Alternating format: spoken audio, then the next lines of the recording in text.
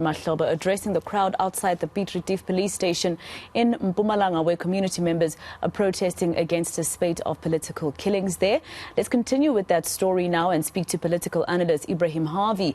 Dr. Harvey, thank you so much for your time here on eNCA. Just firstly, is this something that, we should have expected of the ANC, no matter how harsh that sounds, but is it something that we should have expected of the ANC, especially during this elective conference here?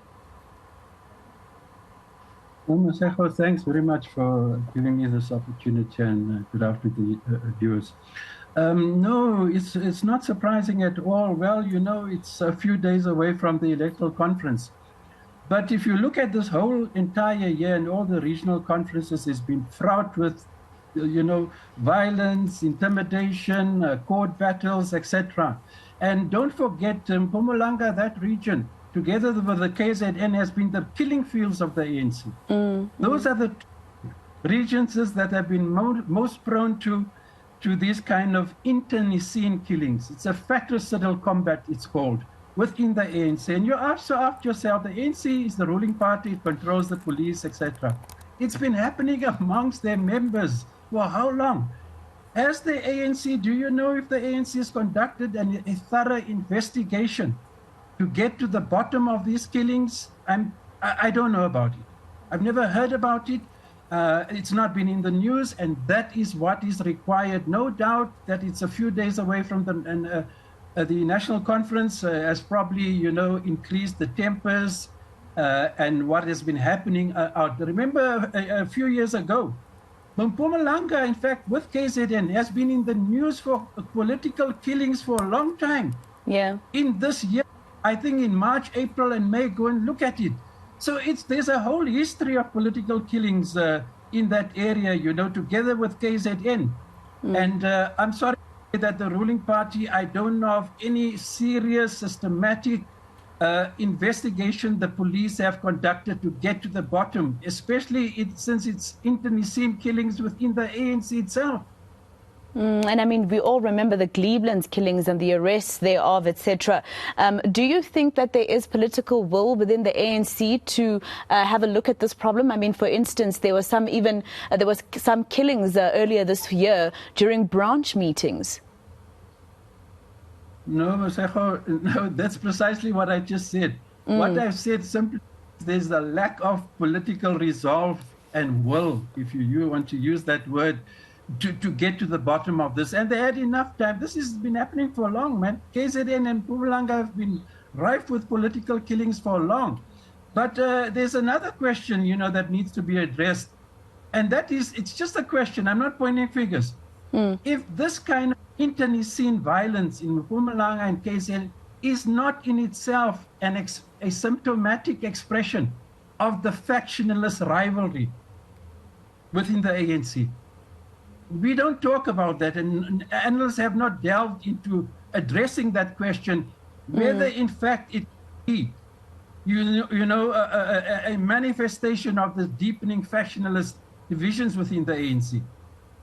Yeah, because a lot of analysis has been about positions within the ANC, especially because most of these killings happen at a municipal level, where we've seen, most corruption and maladministration happen. So, you think that that's not the only reason. It could also be factionalism that also leads to, for instance, national positions.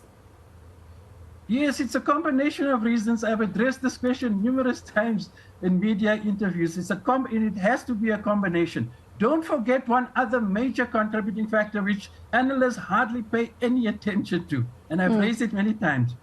This deepening socio-economic crisis and joblessness in the townships. Yeah. I mean, Mkhondo, these ANC councillors, you know what? They got no skills and qualifications, the only job they ever had. So do you know what, if they don't get in, you see, and competition for jobs, it's terrible in the townships. It's never been so bad, even during the darkest days of apartheid even. Joblessness is a major problem, and I'm telling you, it's an underlying factor to be taken into account with these killings, because, I think it's got to do with tenders, jobs, and positions.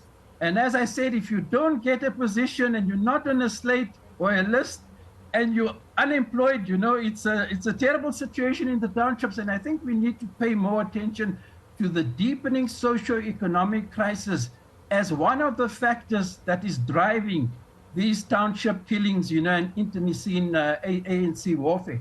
Dr. Harvey, without sounding alarmist, I'm just looking for your analysis when it comes to the fact that we are approaching 2024, looking at how the ANC performed in the municipal elections last year and the troubles that they are facing right now, besides the president's Section 89 report into his Phala farm and these political killings. There's also the reality that, ESCOM might also cost them the votes come 2024, right? So do you, in your analysis, because this is a very cruel reality for the ANC, I don't think any of them can ever imagine themselves either looking for partnership in terms of coalition for national government level. They face a huge reality that they could, see themselves having to negotiate that way in 2024. Do you see the possibility of more political killings outside of even just the ANC itself because of this, stark reality? No, well, I can't speak for other parties with any definite response to you, but I can tell you, if you look at political killings in this country, would you see that with the DA action essay? No, it's 95%, and it's very interesting. It's been internecine factionalist battles and killings within the ANC itself, and for these reasons. But since you raised 2024, you must remember, 3-4 days away is the ANC National Conference. Yeah. It coincides with the worst load shedding crisis we've ever had. What's happening? And there's something else. I spoke to someone senior last night of the ANC, and I asked this question. Why is it that? And I think we need to pay attention to this seriously. You must remember what Ramaphosa said on Saturday, Sunday. He said part of the crisis in ESCOM, he mentioned the sabotage that's going on. And pay too little attention to that. But the question is this: why is it that load shedding has been at its worst ever in the very same year of the ANC's electoral conference? And look at the past 6 to 8 weeks, getting increasingly worse.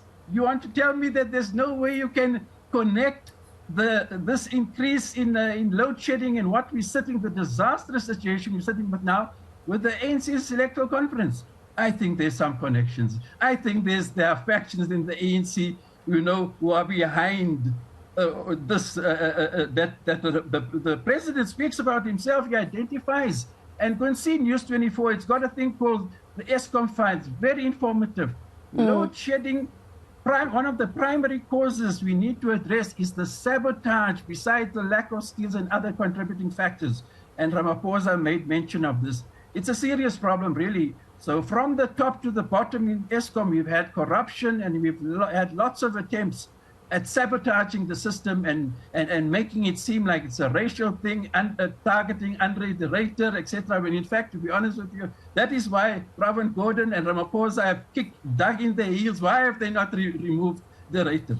You can think for yourself, because they know in the final analysis, he's playing a minimal role.